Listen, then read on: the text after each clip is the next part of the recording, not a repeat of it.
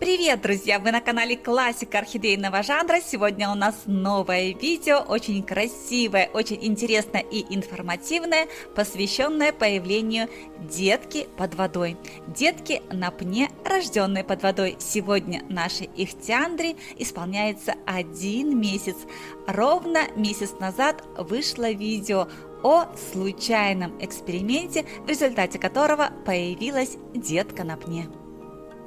Если вы еще не знакомы с этой историей, если вдруг вы первый раз на этом канале, я расскажу вам краткое содержание предыдущих серий этого орхидейного сериала.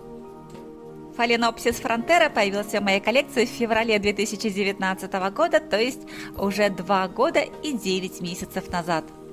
В то время этот сорт был необыкновенно популярным, и я была просто счастлива, что заимела его в свою коллекцию. Несмотря на то, что орхидея беспрестанно цвела, развивалась она довольно-таки странно. И мне пришло в голову разделить это растение для того, чтобы его верхняя часть наращивала правильную корневую систему, правильно укоренялась в субстрате и вела более правильный для эпифитной орхидеи образ жизни. Таким образом, через 1 год и 5 месяцев после приобретения этого растения оно было разделено на 2 части. Верхнюю часть сейчас вы видите на своих экранах, это уже цветшая часть растения, у нее есть обрезанный цветонос и достаточно хорошо развитая корневая система. Нижняя часть растения или пень с 4 листьями и старым цветоносом остались в своей прежней посадке. Посадка в керамзит с добавлением пеностекла, мха, в общем всего того, с чем я экспериментировала на тот момент времени. Верхнюю часть я определила в банку из-под сыпучих продуктов. Банка прозрачная, проделала в ней огромное количество вентиляционных отверстий. Все как всегда, верхняя часть стала развиваться прекрасно. Она очень быстро отрастила новый глянцевый красивый лист и начала растить новый. И по сегодняшний день верхняя часть растения чувствует себя великолепно. Она очень красиво цветет. В этот раз цветок ее очень крупный, более 10 сантиметров, очень яркий, блестящий и просто не может не восторгать. Нижняя часть растения 1 год и 3 месяца цвела. Она цвела перманентно индифферентно со всех точек, буквально несколькими цветами, но цвела. При этом детку мне не давала. И это меня уже настораживало, потому что сердцевина или центральная часть ствола уже начала усыхать. И в этот момент произошел тот самый случай, который определил все. В конце сентября 2021 года в моем доме появилась новая орхидея.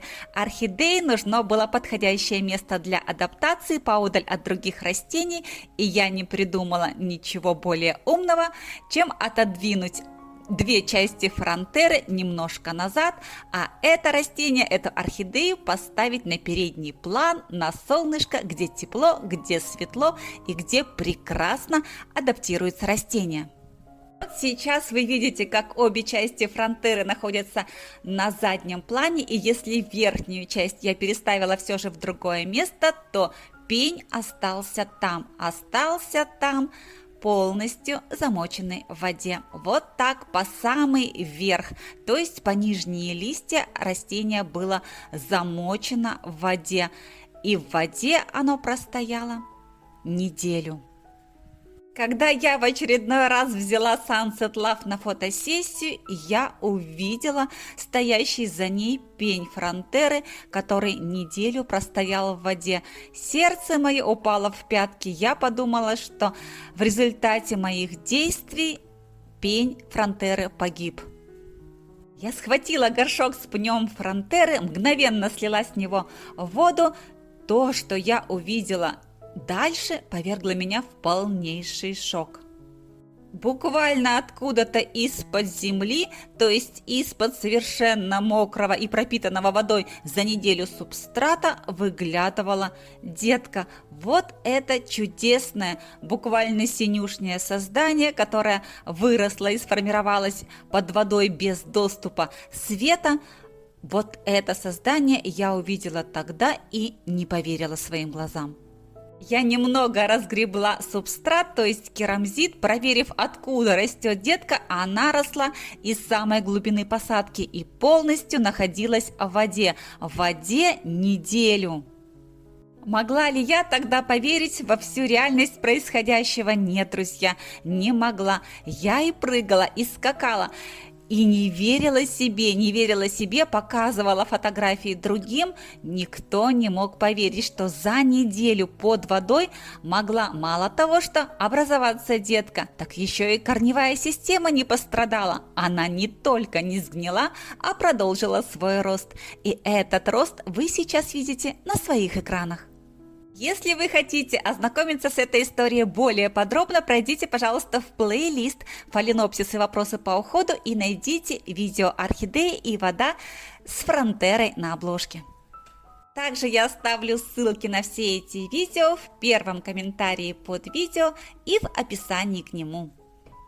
А теперь, друзья, я приглашаю вас посмотреть, как развивалась эта детка на пне Фаленопсиса фронтера месяц после ее обнаружения. Сегодня 8 ноября 2021 года, а значит, детки на Фаленопсисе фронтера ровно месяц. А сейчас на ваших экранах первое утро малышки без воды. Первый раз это создание встречает восход солнца, и первые солнечные лучи озаряет листик этого растения. Обратите внимание на цвет единственного листочка этого растения. Посмотрите, какой он слабенький, какой еле-еле зеленый, с оттенком фиолетового и синего. Это потому, что растению катастрофически не хватало солнечного света. Эта детка находилась под водой. Под водой спектр солнечных лучей, даже если они присутствуют, меняется, и для выработки натурального пигмента этого растения света недостаточно. В дальнейшем вы увидите, как будет меняться цвет или окраска листа этого растения при попадании на него естественного натурального солнечного света. Для того, чтобы не пересыхал верхний корень, который неделю адаптировался к воде, для того, чтобы детка не испытывала недостаток атмосферной влажности, я устилаю мох по верху субстрата, то есть по верху керамзита, и смотрю на этот мох. Когда мох начнет оживать, когда он начнет расти, будет значить, что влажности достаточно, ведь мох не живет и не растет при недостаточной влажности воздуха. Посмотрите, как буквально за 2 дня изменился цвет детки. Она уже приобретает необходимый правильный пигмент для этого сорта фаленопсиса, для фаленопсиса фронтера. Листик окрашивается в этакий бордовый цвет. В эти дни Пень с деткой и я не разлучались. Где была я, там были и они. Я работала, растение стояло возле меня под настольной лампой.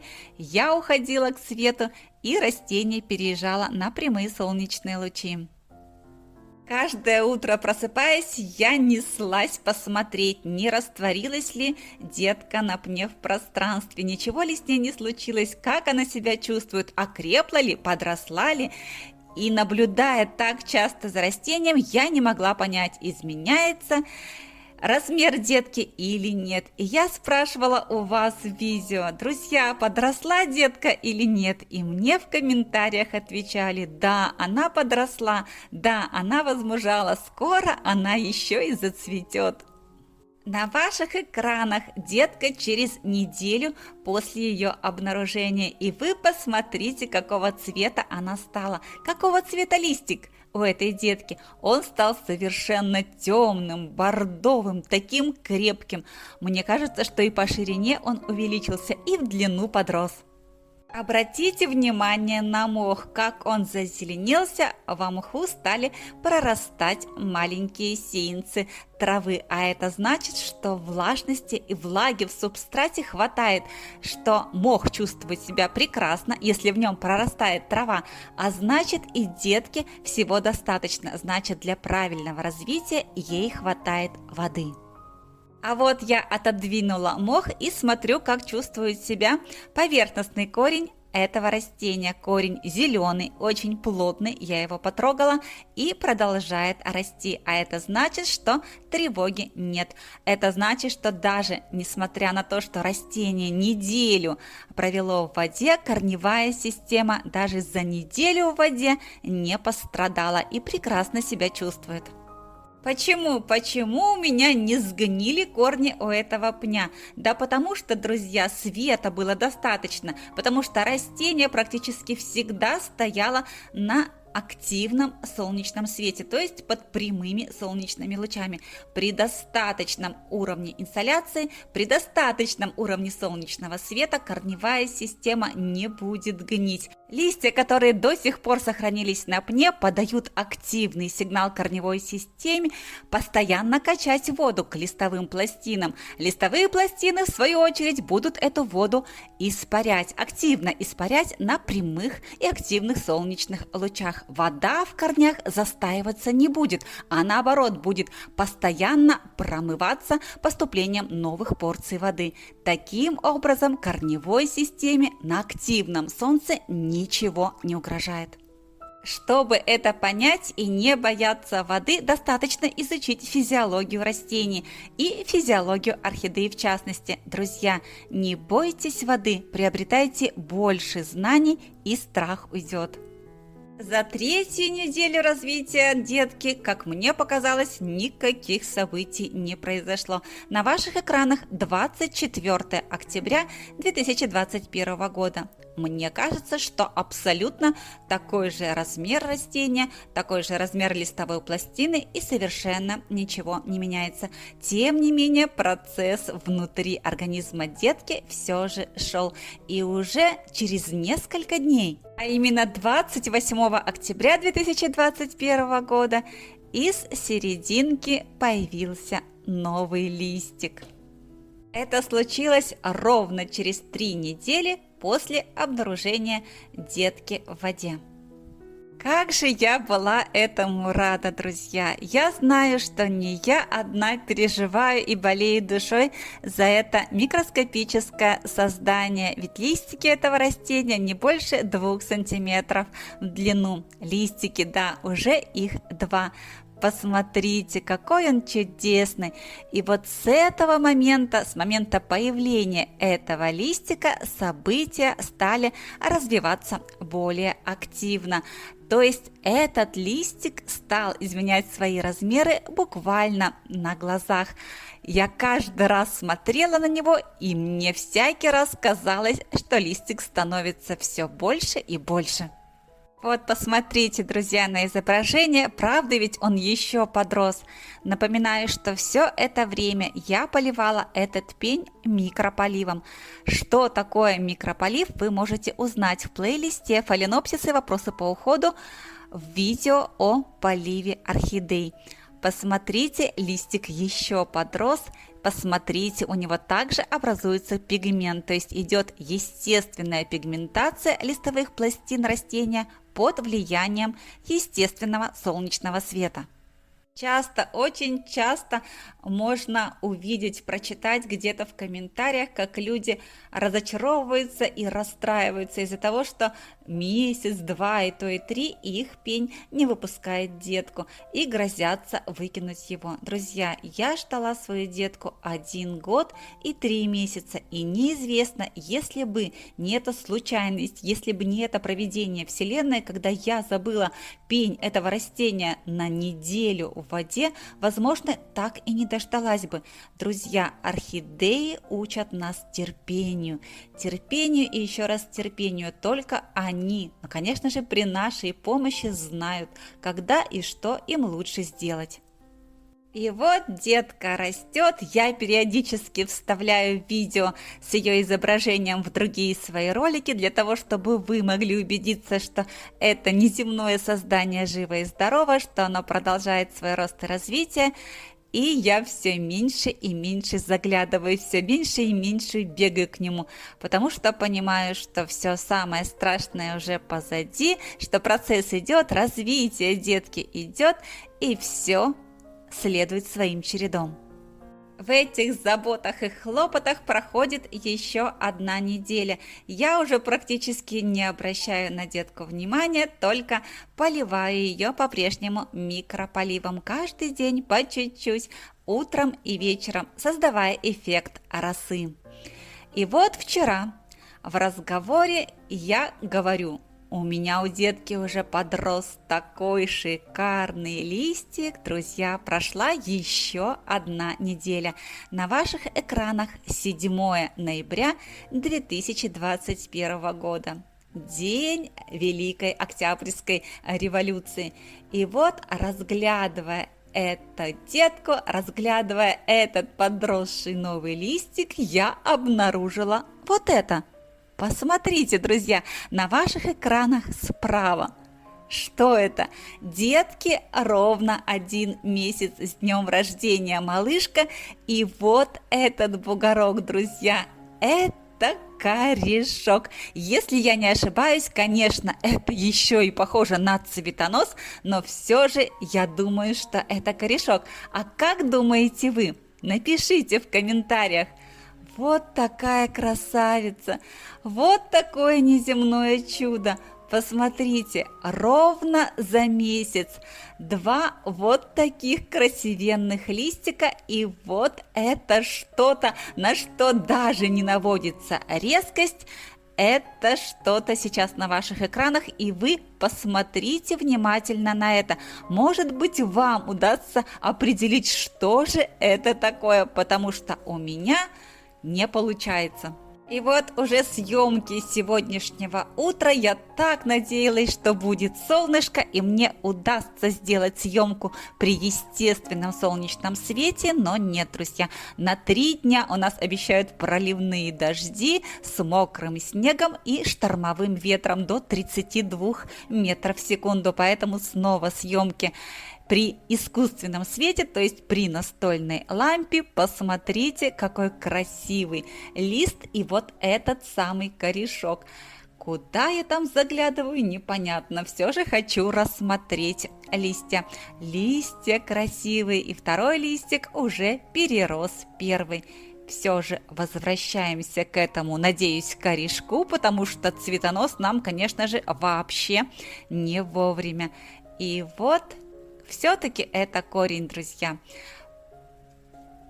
Если вы считаете иначе, напишите, пожалуйста, свое мнение в комментариях. Вы знаете, как я люблю читать комментарии, как я люблю на них отвечать. Напишите, как нравится вам наша именинница Ихтиандре 1 месяц. Конечно, друзья, мы и в дальнейшем будем следить за ее судьбой, а пока я вам показываю вот этот корень, который сейчас не полит, он по-прежнему здоров, силен, уходит в субстрат и продолжает свой рост. Друзья, порадуйтесь вместе со мной, посмотрите, какая она чудесная, какая она красивая, какая она здоровенькая и какая она радостная, а я радостная вместе с ней. Итак, это уже второй подтвержденный случай, когда с увеличением полива, с увеличением поставляемой воды пень орхидеи дает детку. Я знаю, что такие случаи были не только в моей практике. Многие, кто повторил мой опыт, тоже получили детку. Друзья, если это случилось в вашей практике, пожалуйста, поделитесь своим опытом в комментариях. Сегодня уже создавая это видео, я прочитала у себя в комментариях, что хочется волшебной таблетки для наших орхидей. И я ответила: самая лучшая волшебная таблетка для орхидей – это правильные условия и правильный уход. Если вы поймете это, если не будете гнаться за всем тем, чем призывают посыпать, присыпать, попшикать, полить и взбодрить, то ваши орхидеи будут развиваться естественным и правильным образом, и ваши орхидеи будут сильны и здоровы. Друзья, посмотрите на свои экраны и поймите, не все то, что нашпиговано химией, фунгицидами, антибиотиками, инсектицидами, акарицидами, не все, а точнее все это нездорово. Вот так же нездорово, как вот это озеро, хоть у него и красивый, необыкновенно загадочный вид и цвет, это кислотное озеро. Друзья, не надо добавлять химию в жизнь наших растений. Давайте очищать ее, давайте делать ее здоровой. Если вы еще не знаете, как сделать жизнь ваших растений здоровой, пройдите в плейлист «Фаленопсисы. Вопросы по уходу» и найдите там 4 видео об использовании алоэ для орхидей и видео об использовании сока толстянки для лечения орхидей. И вот на этой необыкновенно красивой, но горькой и устрашающей картине загрязнения экологии нашего Приморского края я буду завершать свой сегодняшний рассказ. Напоминаю, 20 минут вы провели на канале «Классика орхидейного жанра». Если вам понравилось это видео и если вы захотите вернуться на канал вновь, поставьте, пожалуйста, пальчик вверх под видео, подпишитесь на канал, если раньше вы этого не сделали, жмите на колокольчик, чтобы первыми получать уведомления о выходе новых видео. И оставайтесь со мной, ведь впереди у нас много интересного.